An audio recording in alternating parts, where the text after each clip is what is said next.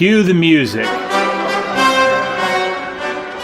Alright, as you can kind of see what we got, we have something that's unique. Yes, that's how you say it, I guess. Unique. I just thought it was YUNEEC or something like that, but I guess that'd be more Russian than Chinese, right? So, anyways, we have this in the house today. What is it? Well, it's very unique. So, tell you what, this isn't going to work really getting it out of the box because this box is freaking huge. So, I'll tell you what, you kind of know what's here. I'm going to go get it out, and I'll be back in a second, and we'll take a look. And we're going to talk about why did I buy this. That's what we're going to do in this episode. Why did I buy something that's unique? So let's get to it. Okay, well, we're sort of back, and what do we have? We have the YUNEEC Typhoop H. And I tell you what, I'm blaming this one on Robert. This is all going on RJ Make. So just like that kid off, what is it, Better Off Dead, the John Cusack movie, I want my $2, I want my $2. $2. Cash. Yeah, he's always on me, give 4K, go 4K, shoot 4K. Well, guess what, folks? This is 4K. How do you like that now, RJ Make? So there you go. We got fully retractable legs like the Aspire. It's not the Aspire, but it's got fully retractable legs like that. 360-degree rotatable 4K camera with one of the most badass remote controls over here you can get on the market. It doesn't get any cooler than this. So now I got to take it out of the box. Folks, we have to have a moment of silence at this point. I tell you what, I feel so grown up. I don't know how else to put it. Look at this thing. This thing is amazing looking. Kind of reminds me of the aliens off of Arrival or something. They kind of look like trees. And you look at this guy, and we take these props out. I don't know what's in here. That's interesting. It's kind of heavy. But look at this thing. This thing, if this isn't alien looking, I don't know what is. Look at this thing. It is awesome. Sorry for bumping you, but I can't help it. Let's go ahead and kind of move things around. It's got a great foam case. Now, I brought another case. I'm going to do a review on that in a bit. But look at this bad boy. Let me turn it up so you can see this thing. Very light. Everybody said it was light for its size, and they're right. I'm just holding it with my 2 fingers. Very easy. Very lightweight. And yes, Robert, 4K camera, 4. Count them, 4. No, that's 6. The 2. Yeah, 4K camera right there. So, tell you guys what, I was out flying the Solo the other day. And as I was finishing up, guy walks up, says, "Oh, you're a drone pilot." I said, "Yeah, I got a few drones." He goes, "You got an Aspire?" I go, "Nah, I don't got an Aspire." And he goes, "I got an Aspire, would you like to see it?" Sure. So we took his Aspire out, flew his Aspire, and I'm like, this thing is cool.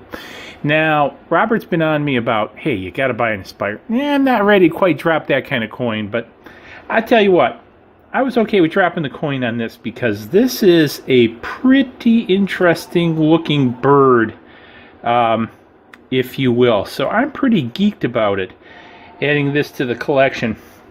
Now, the other thing is, and I may bounce you a little bit here when I pull up these things. You'll notice something about this. Well, maybe you will if I put it in here. It's got 6 motors. It's a hexacopter. And this is one of the things that I liked about it, is I've really been looking at going to the hexa or octocopter route, because if one of these motors fails, this thing can still fly. The likelihood of a motor probably failing is low. What is more likely to fail is an ESC. And I really like the idea of the fact that this thing can still fly with a major failure. And this is one of the reasons I've been also looking at octocopters, because you can actually lose 2 motors, well, two motors, and it can still fly. So I like the resiliency built into the system. Also, I did a lot of binge watching on YouTube also, and one of the things that it appears is a lot of the firmware issues YUNEEC has worked out. And so I'm pretty excited about that. Now, I got this for a pretty good price off of Amazon, and that was the other thing. This is a refurbished unit. I picked it up for around, it was like $7.99 or something, so let's just say $800.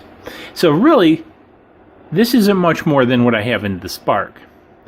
And I really like the idea of the retractable landing legs. I like the idea of the 4K camera. I like the fact that this camera, spins around at 360 degrees while the copter stands still.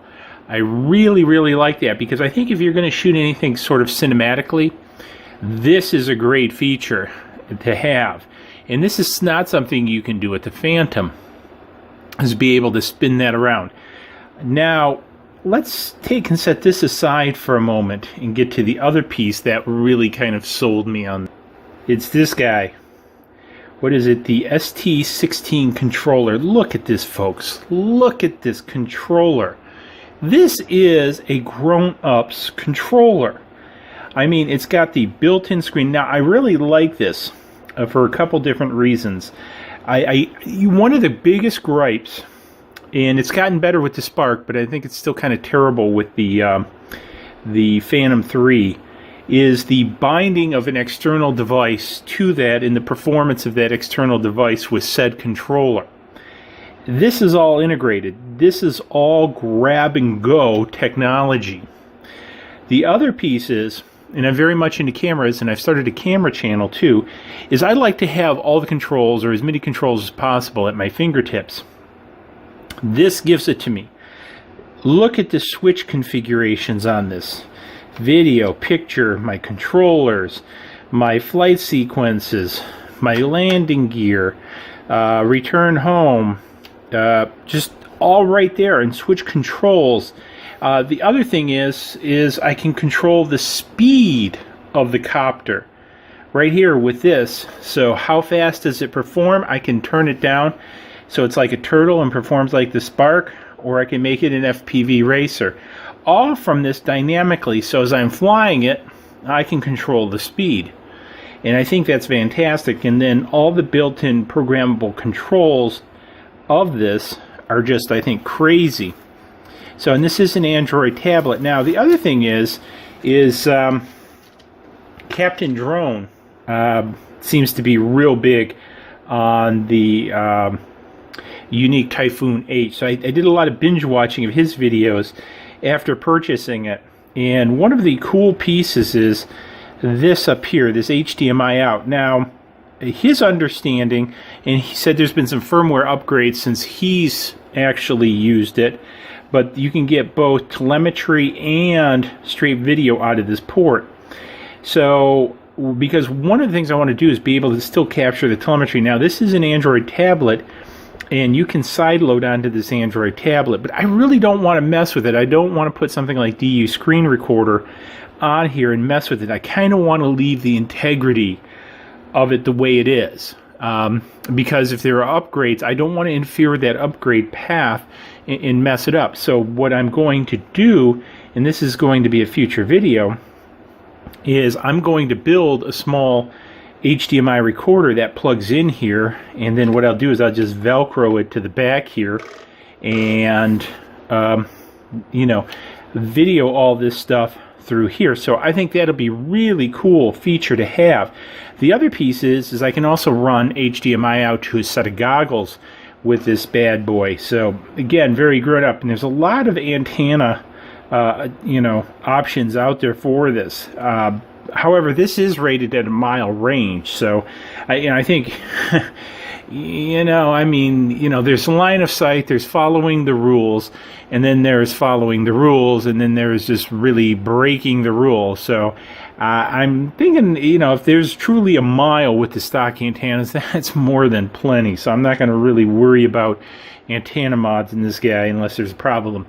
Now, I noticed in some of the earlier ones, there did seem to be range issues, but it does seem that if you move forward in the video sequence, which is one of the great things about YouTube, it's sort of like this, history or, time tunnel thing. You go back in, you kind of look at the history, then you can watch him, as viewers do firmware upgrades, and you can see all the good stuff. So I think that's one of the exciting things about this is now kind of caught up with the times, if you will. And so, again, I'm really excited. So this is why I bought it. A number one reason, RJ Make was always picking on me. Got to get 4K. So 4K, ticked in the box.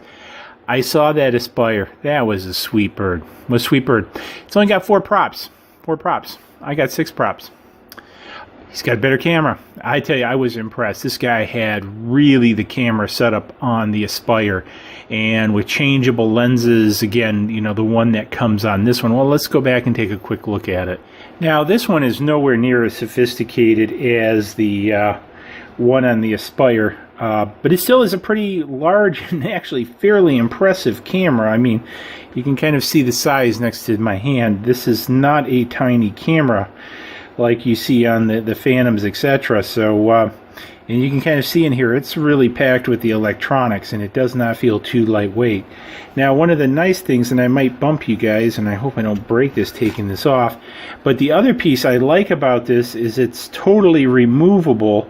Just as you just saw, I just slid it off. So, and this spins in 360 degrees like this. This is, really blew me away that worked like that. And again, that it could slip on and off like this to take other cameras. So, I think this is a very interesting platform, and we'll definitely take a look at, doing some mods and what other cameras we can put on here. And I've seen some FLIR cameras for this. I'm going to do some FLIR stuff on the Solo. So, anyways, I'm impressed with the whole camera assembly and setup. Now, I've seen, and I'm hoping they still make them, but aftermarket filters for this that you could put on here, because again, you guys know I fly over the water a lot, and I really like the circular polarizing filters, so I definitely want to get those for this, and it will be some of the first things on the list. So anyways, everybody knocks it. If I spin this around, everybody knocks it because it doesn't have a smart battery. That can be a little bit of a downfall in battery life and everything. But I sort of like that because I've also seen a number of mods where people have modded it. I'm just kind of looking in there to see how the configuration works in the batteries to take regular lipos. And I kind of like that as a potential option. Now, the other thing is, because it doesn't have a smart battery, there's a lot of third parties out there. And matter of fact, I've purchased a third-party battery to go with this. Actually, a larger third-party battery, for extended flight times with this at a cheaper price. So this is one of the things I like, and is it's more open. Now, this does have some geofencing and some overlordness like the DJI has.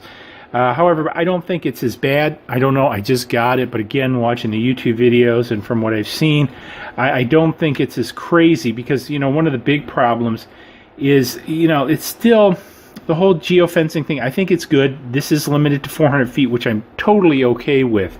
Because I don't think you need to fly over 400 feet. And if you do, there's something up, and again, I think there's cases where you want to fly buildings and things like that, or you need to commercially, and I'm sure that there's an unlocking procedure for this, but in general, for what I'm going to do, 400 feet is not a problem, so I'm okay with that. But sometimes the geofencing, for example, right now, hover has sort of gone really wanky on me, putting all these circles over top of where I fly that, clearly I've checked the NOTAM list, I've checked everything. There's no reason for those circles to be there. I even called the local airport and said, hey, what's up? Did you guys issue some NOTAMs? And I talked to the airport director, and they said, no, we didn't do anything.